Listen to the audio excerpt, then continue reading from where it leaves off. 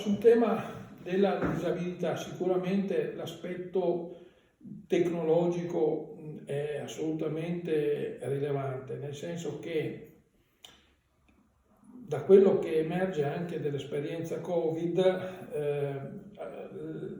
l'applicazione della formazione a distanza col mondo della disabilità ha trovato un primo momento di assoluto disorientamento e anche di controreazione dagli stessi enti di formazione, considerandoli innaturali rispetto alle problematiche che pongono i loro allievi, ovviamente.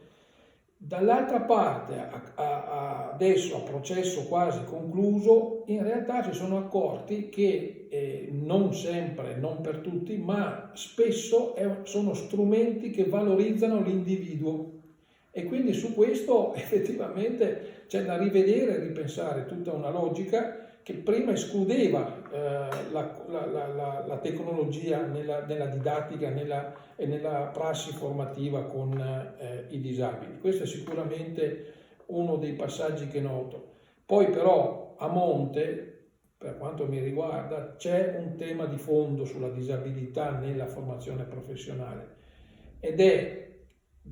dal mio punto di vista, fare chiarezza se la formazione professionale è una forma di assistenza che in qualche modo è legittimata da tutta una serie di condizioni sociali e familiari di questi ragazzi, e per carità non è per questo da sottovalutare o anche da criticare, o se invece è una promozione del ragazzo. Ecco, lì io farei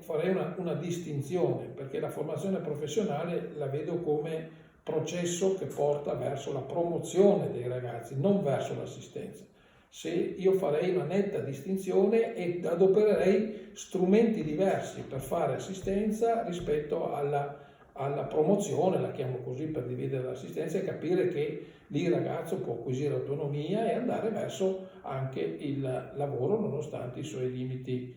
imposti dall'handicap.